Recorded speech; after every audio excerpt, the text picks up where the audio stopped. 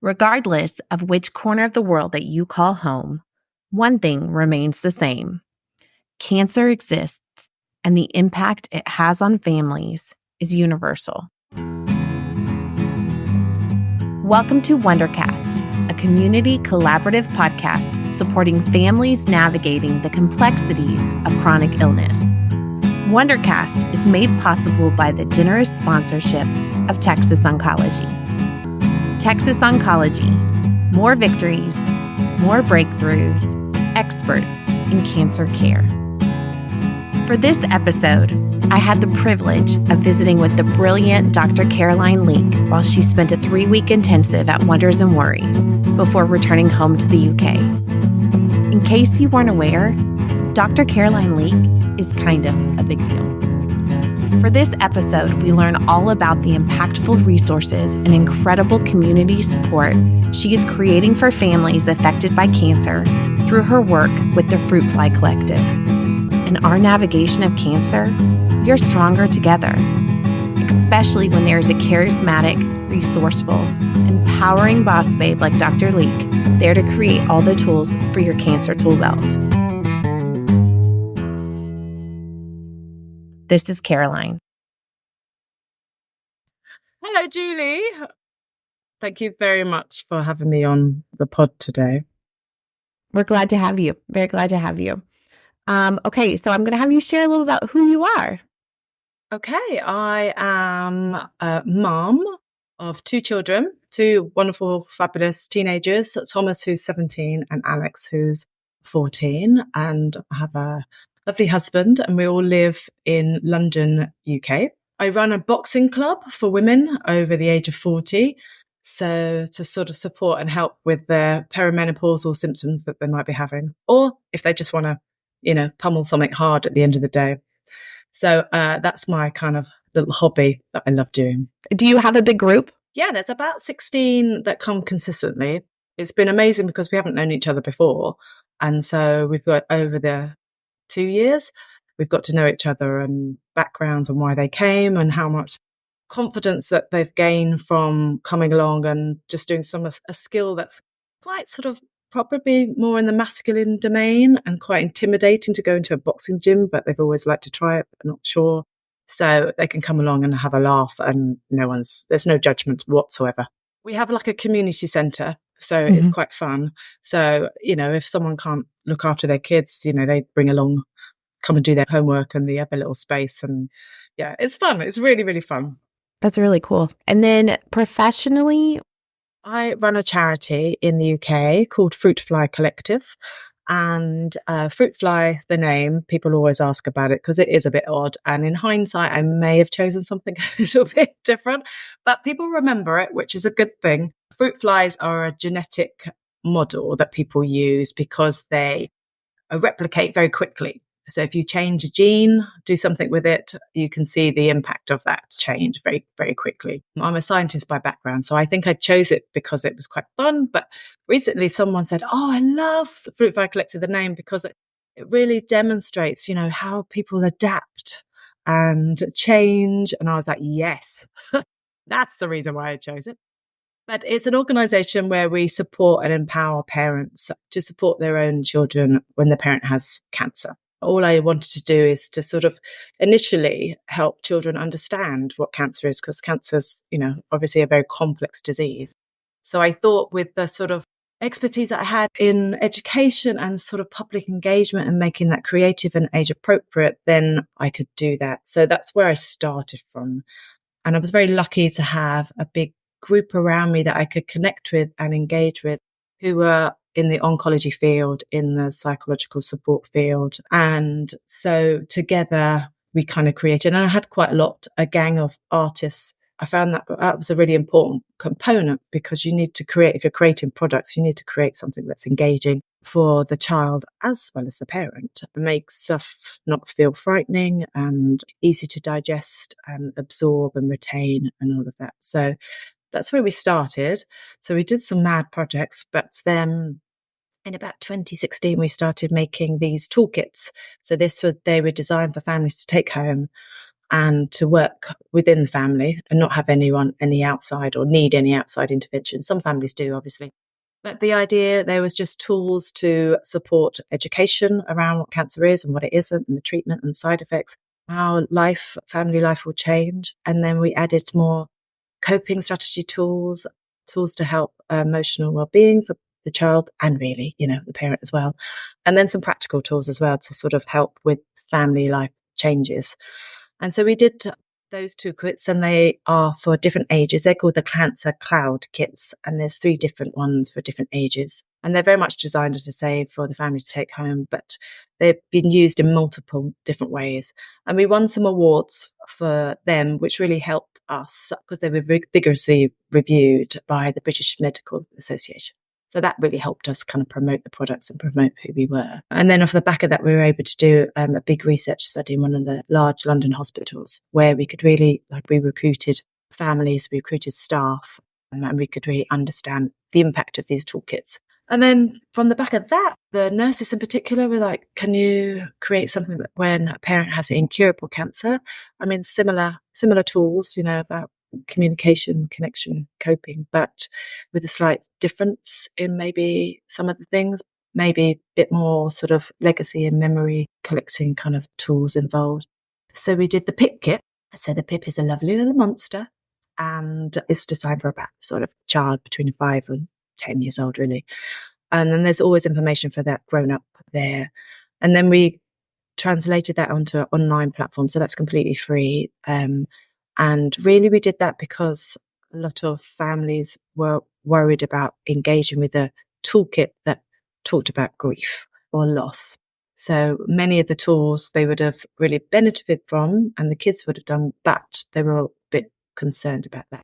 So the online platform allows a parent to navigate at their own pace, and all the stuff about loss and grief are sort of squirreled away. Oh, and we've recently launched one called the Family Gene Kit. Supports when a parent has an inherited cancer.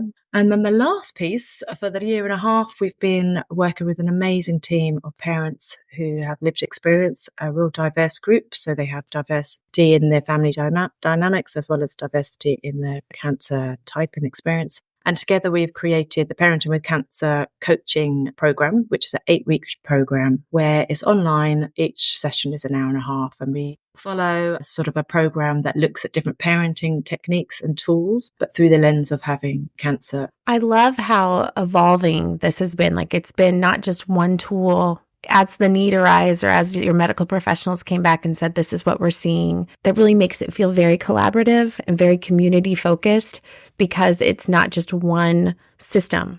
It's a system that is constantly being reevaluated with research and data and experiential feedback from families and staff. Those are the type of tools I feel like we need, right? The ones that are continuously being reevaluated and assessed on what is still needed to help this family cope, because we know how cancer can change and evolve, how staging makes a difference sometimes, or a child's exposure to cancer, or whether or not it is recurrent or not recurrent. I think there's just so many different variants that the more opportunities you have to have systems that can be adaptable to that need, the better. You're getting all components of wellness. So you're getting the virtual, the in-person, the things that tangible items you can take home. I love the entire concept. So we're really lucky to be able to collaborate with groups that are in those communities and see what their needs are and how we can adapt and modify what we currently have. It's comforting that you and I live in very different parts of the world,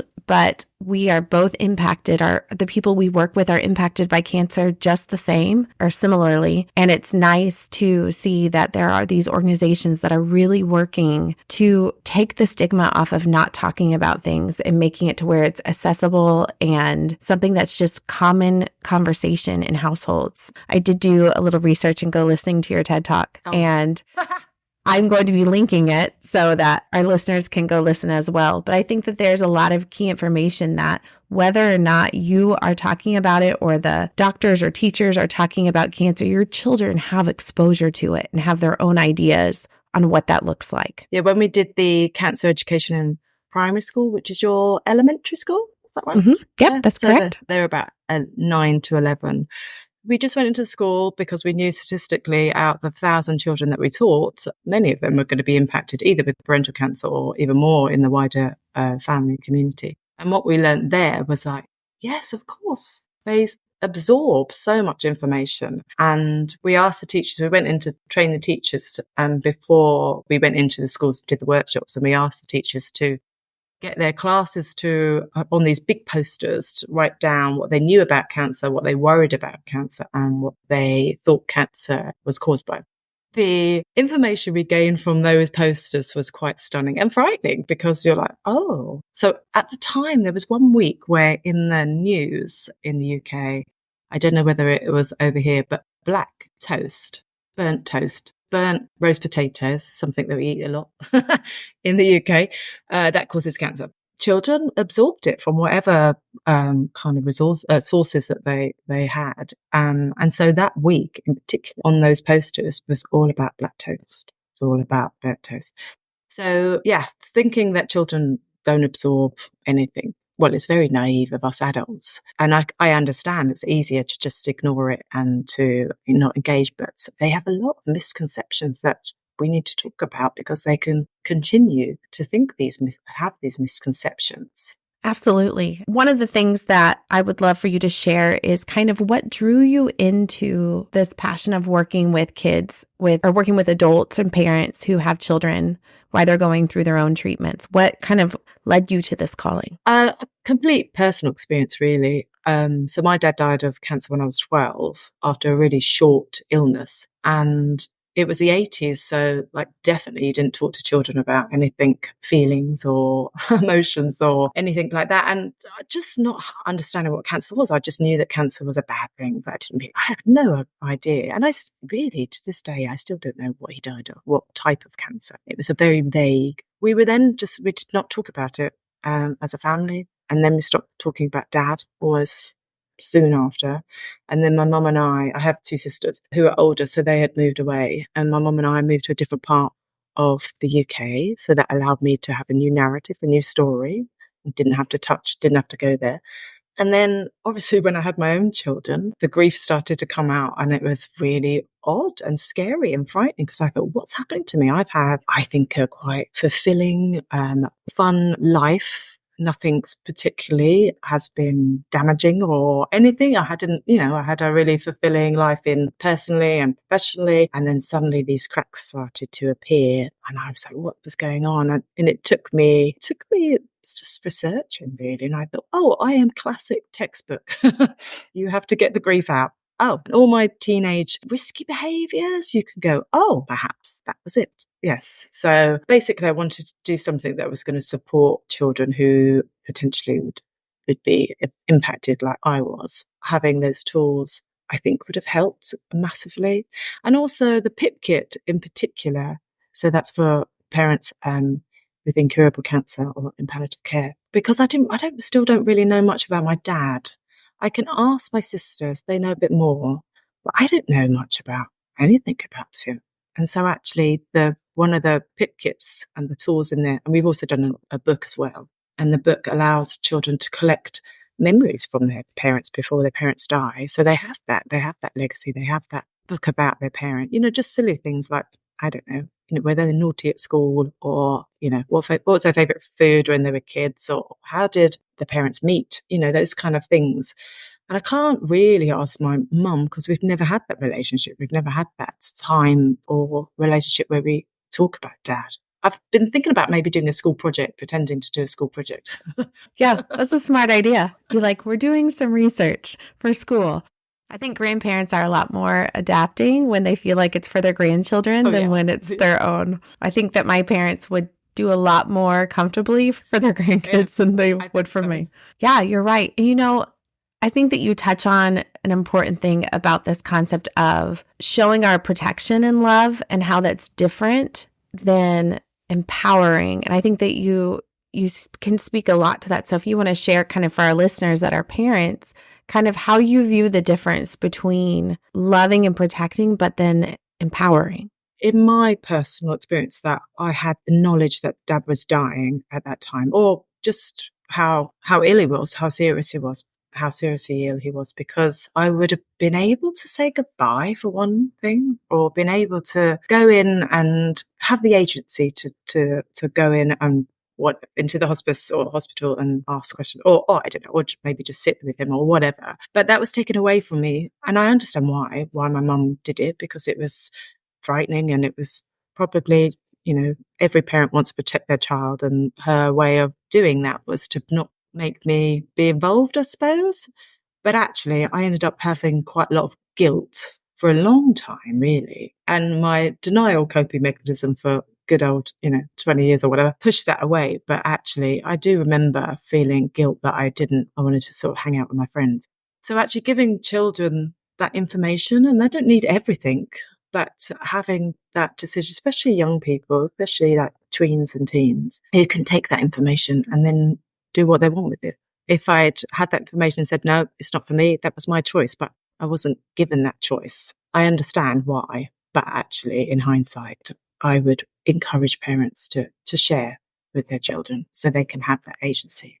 It's kind of that whole concept of when we know better, we do better, right? And so really now I love that we've moved to a generation where it's okay to talk about hard things. Children aren't going to pick up on the hard things. They're so intuitive to the environment around them. That's probably one of my favorite things about kids. I've had adults who I'm like, I can't really put a finger on why I feel weirdy around this person.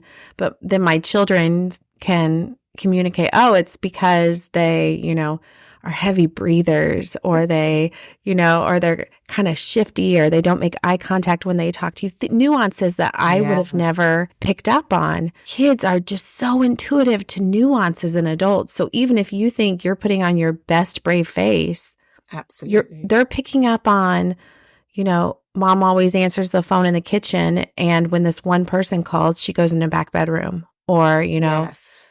It's just the nuances that we can't even prepare for or even plan ahead. These kids just see, and they're like little geniuses, how they can investigate and take in all of that input that we as adults are too busy juggling everything to even notice. But they're not. They have this gift of childhood to less responsibility to just soak it all up like a sponge. And I think that this is all this to say that if you are thinking that your children have no clue what's going on, then let Caroline and I be the first to tell you, like, that is not true.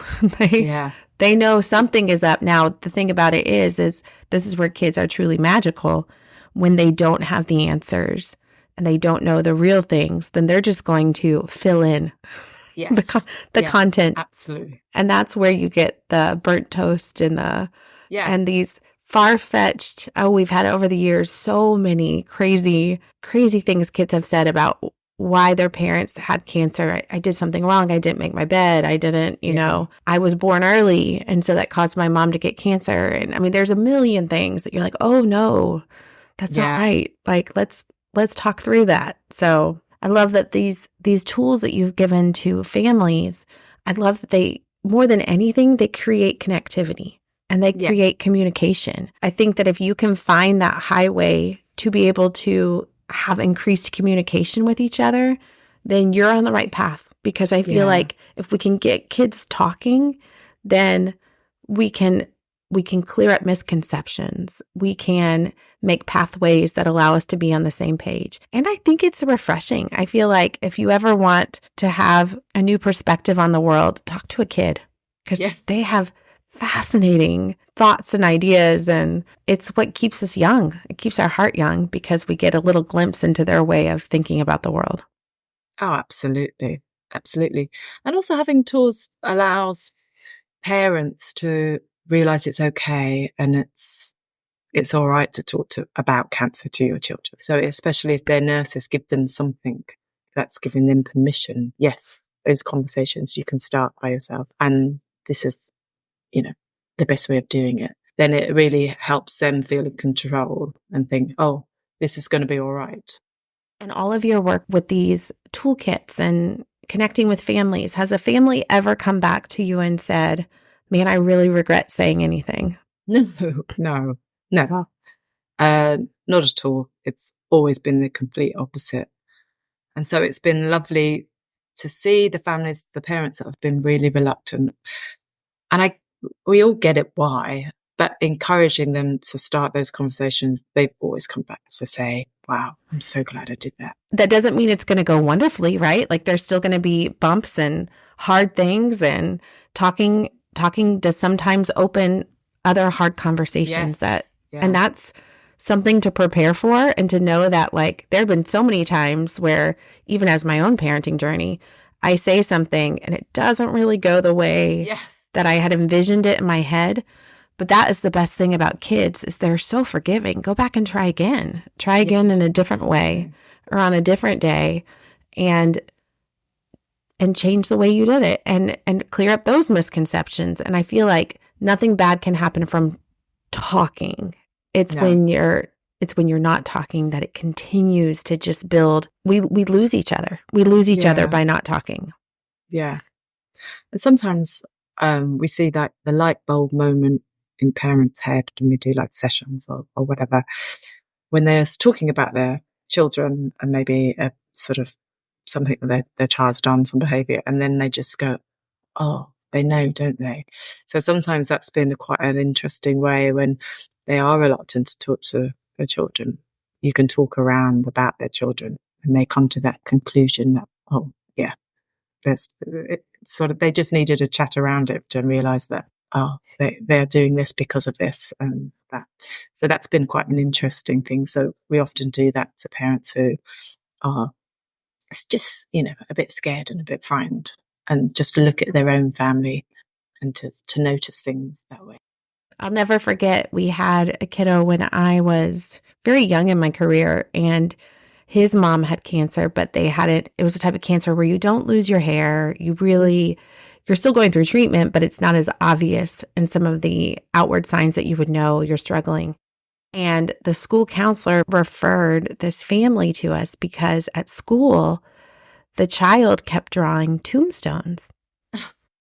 Only at school, not at home. And they were second grade. And so they had the wherewithal to know, like, oh, we're not talking about this at home, so I don't need to be doing this at home. But school, my parents not here. So he was going so far to find those little limestone rocks that are kind of chalk based and drawing it on the blacktop at school at recess, and was just kind of making a little graveyard out there. Wow. I know, which is very profound and very like good for this kid trying an outlet too. But at the same time, the parent had no idea, and had that counselor not been like, hey, this is something we need to kind of get everyone on the same page. As soon as we started talking and this kid felt included, those kind of behaviors stopped. And not that the behavior was bad in any way, but they were trying to form a communication bridge in any way that they knew how. Yeah. We found when we were doing our cancer education in school, the teachers were so surprised at so many kids that generally the kids that wouldn't go up to strange adults in their school just wanted to talk to us about, their aunt's breast cancer or something like that. So the teachers knew it wasn't their parents, but they didn't know that many of their wider family or community had ever been impacted. But the kids just wanted to talk. They didn't particularly want support. They just literally wanted to tell us their story and their experience. And it really surprised the teachers. I think it was a good learning curve for them to realize that actually so many kids are impacted, whether it's their parent or, beyond that. Now, you live in a totally different part of the world, but I really do believe that so many of our concerns with cancer are universal. What would you say are some of the stressors that you hear most commonly from parents in your region of the world? Well, parental guilt is huge. I mean, regardless of your health, I suppose, parental guilt stays with you forever. Yes. It's just like that weight you carry around. Yes. Yeah. So parental guilt around not being the parent that you wish that you wanted to be.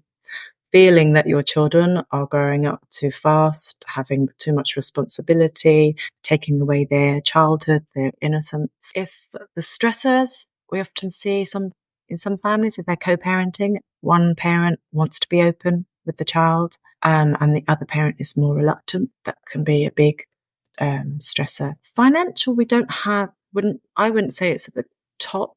I mean, most families are struggling anyway in this climate, but because we have free healthcare. However, particularly single parents, parents who can no longer work because of their treatment and because of their disease, or who need extra childcare costs or whatever. But I wouldn't say that was right at the top. I think it's more about just feeling like they can't be the parent that they wish they could be, and that they're basically ruining their children's lives. I wish that we lived in a world over here where financial stress was not high up, but I know that that's a real impactful thing with our families here for sure. I think that it's important to know that there are lots of community programming that exists. Like for you guys, what you're doing is incredible. Now, is that something that can be accessed internationally, or is that strictly for people living in your area? So if one of our listeners lives in, say, Kansas and wants to access a kit, is that something that's possible for them? Well, at the moment, no, only because we haven't put the shipping, but we are changing that. So in January, that will be something, because we're historically, we haven't sort of gone international, but there's been more, as people find us, there's been more need. So that will be in January. But however, if you go to our website, there are so many tools that you can find in those kits that are free to download. So all educational stuff, coping strategies, little activities for parents to do, for families to do. There's loads that are free that people can download. The PIP kit, the online version of that, you don't get the fluffy monster, but there is a pattern that you can download if you. Oh, that's wonderful. Yeah, so you can make your own PIP. That's all free. So that's a separate website, really. But on our website, we've collated other free resources from other amazing organisations that we always signpost to. So there's a great Australian charity app that's free on both platforms called A Kid's Guide to Cancer. We always recommend that to all families and healthcare professionals. And there's some cute little animations, I think from a Canadian charity. I think it's a bunny in space or something, but it's but it's about learning about what cancer is. The Black Dot, I think it's called, or something. That's amazing. And then when it comes back, or if you're in remission, and they're really cute. So however, your child or the family wants to engage in whatever different formats, there's quite a lot there. And we've put on loads of different websites and organisations that people can kind of go and explore. So we try to make it as accessible to most people. So the kits people need to pay for individually. But in the UK, most of the time it's hospitals, cancer charities, schools, hospices. They buy in bulk and then they can give to their parents for free. But yes, so we've tried to make sure that there is a substantial amount of stuff available. The coaching, unfortunately, has to be UK because just the grants that we've got for sure. that. And the timing, I mean, different time zones, different... It would be a little bit of a challenge for sure. It's just so incredible, the work that you're doing. And I love that you got to share with us today. Is there anything else that I didn't ask or share that we can include? Well, I mean, I'm hoping at some point Fruitfly Collective can collaborate with Wonders and Worries and with your amazing team, because I've been learning with you guys for 3 weeks through a fellowship. So throughout that 3 weeks, we have been thinking and brainstorming how we could potentially collaborate on certain things. So I don't know, I'm excited about the future, some kind of collaboration with you guys. We have nothing in the UK like what you do. So we'd really like somehow to get Wonders and Worries in the UK, because it's such a value. Well, what I'll do is I will talk to my staff and see if they'll move me, because I volunteer. I volunteer as tribute to come and live in the UK. And be an expat and just do the work that needs to be done. I think I need to change a scene. I'll bring my family. They won't like the weather. Oh, I don't know. It's pretty hot in Texas. They might welcome rainy and cold. I think we'd all be okay with that. But yeah, that would be incredible. I would love that. And I love the idea of collaborating. And internet makes it so easy now to have resources to just be able to share. I think you should share that you're going to Australia soon, aren't you?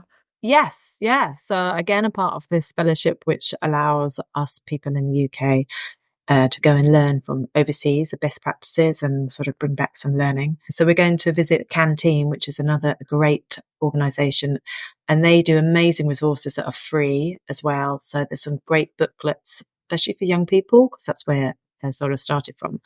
But there's one called My Parent Has Cancer and My Parent's Cancer Can't Be Cured, and they are amazing booklets to download. Really, really fantastically written.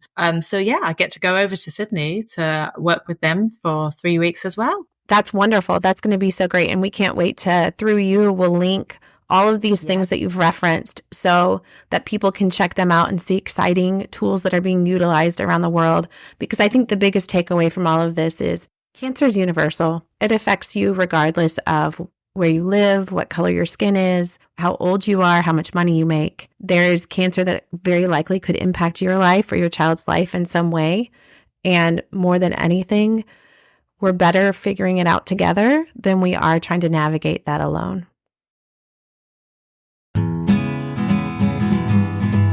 Thank you for tuning in to our podcast today. Please subscribe and continue to check back as our content is ever evolving. For questions or specific content-related requests, please send an email to podcast@wondersandworries.org.